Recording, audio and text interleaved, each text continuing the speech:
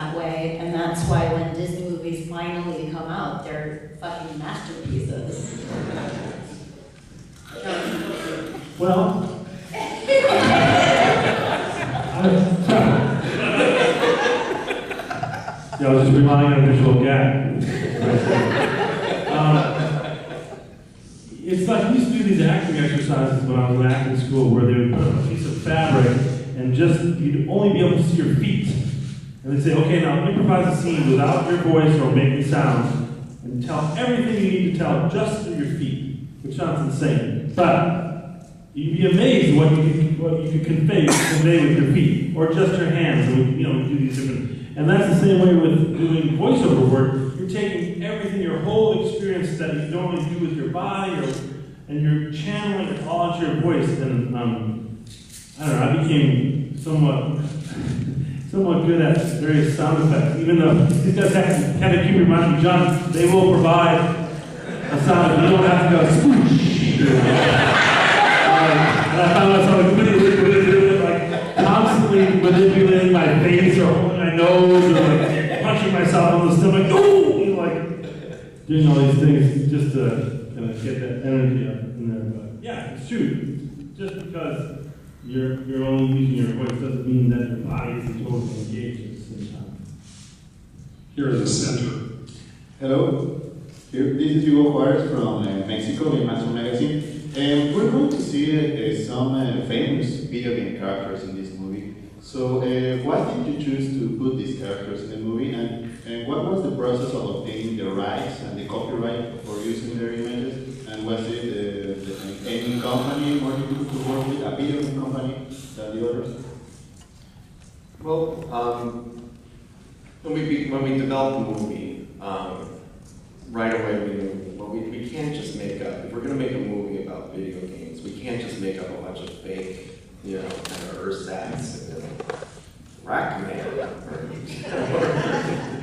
Nick Mug, we wanted to have the real thing, for the movie. We wanted real characters from real games, so it felt authentic, So we just began by, taking the characters that we liked, and putting them in situations that we thought were funny or, dramatic.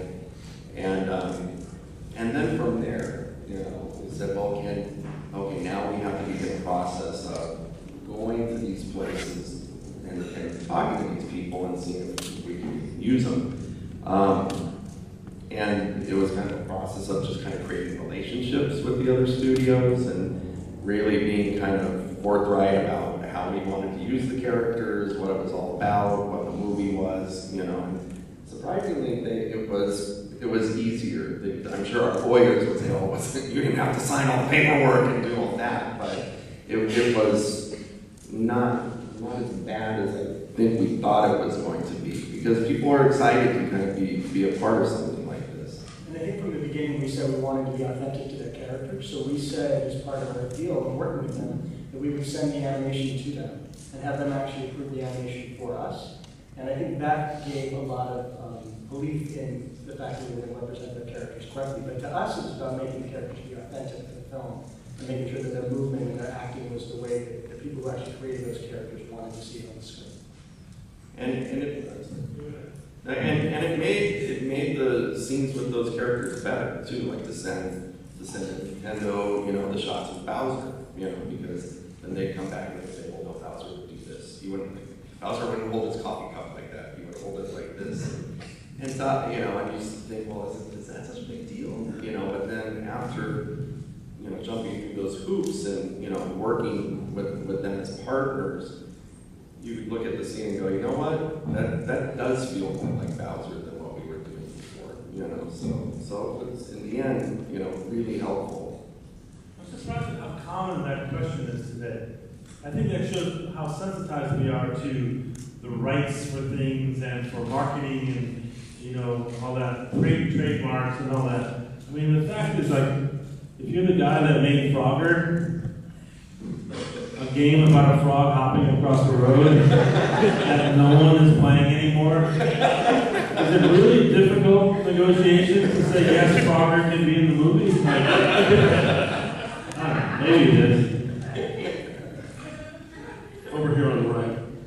Thank you all for coming today. Mr. Moore, to me, seeing this movie, it's almost sort of reminds me of maybe this could be the cinematic video game equivalent of like Roger Rabbit. So can we see something like equivalent to like Daffy Duck and Donald Duck having their dueling piano scene? Maybe Pac-Man and Super Mario can have like a fight or something like that, or maybe Master Chief and Kratos can do some sort of brawl.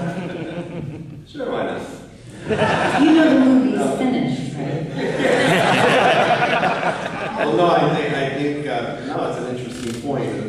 You know, it could, you know, and we, in designing the scenes, we wanted to put together situations where it's like, oh, that is funny. Look at, you know, and without giving too many things away.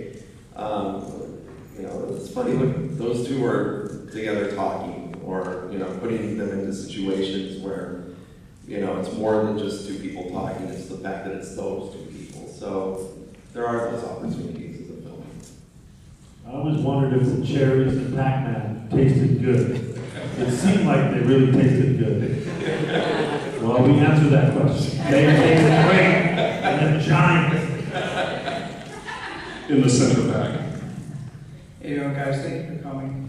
The movie built into a video game world, not one specific world, but one that spans so many different previous incarnations.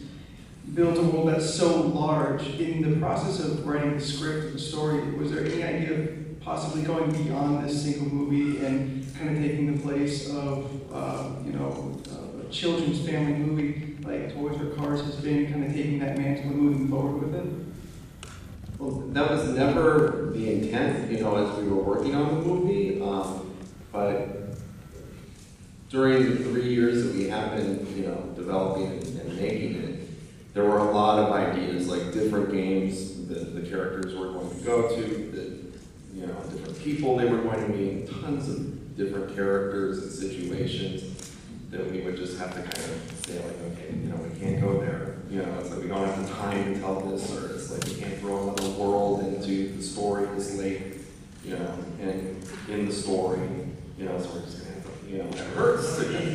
Yeah, there was a whole world. So sleazy, he goes into so sleazy kind of Sims world, you know, it's called Extreme Easy Living 2. And he loses his way there for a little bit. yeah. Gets into some dark stuff. Kind of crazy dark, you It's not know. the movie. But it hurt because, you know, there's just too much, you know, there's too many worlds here. We've got to kind of pull that one out.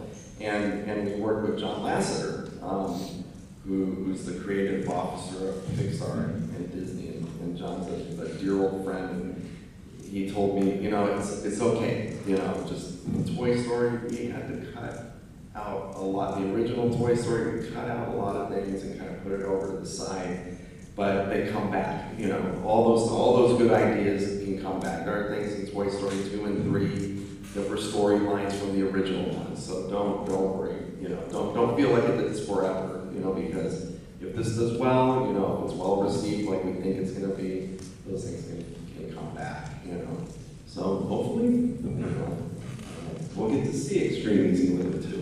And you can experience those dark days. Next question is over on the far right. With a lot of the iconic characters of video games that are in Wreck-It Ralph, were there any that you guys wanted to use but they couldn't find the rights to do it, or did you guys try to push really hard but they would still say no to it? The left paddle from Pong.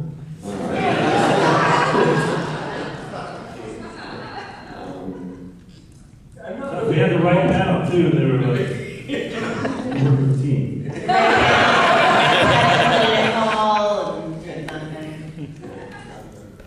Actually, most game companies were really very giving of their characters. I mean, there was a point where people said, we want to let you use certain characters, but not every character out of their own catalog. And that felt very fair in terms of trying to make sure that we weren't thinking too much in one area. So there were characters where we might have gone and asked for 4 or 5 or 6, and they came back and said, we're not used to it. But really, it was an amazing, we were very lucky. Really, from the very beginning, when Rich and I talked about it, And we're talking about this world of Game Center Station where you're supposed to see all these characters congregate.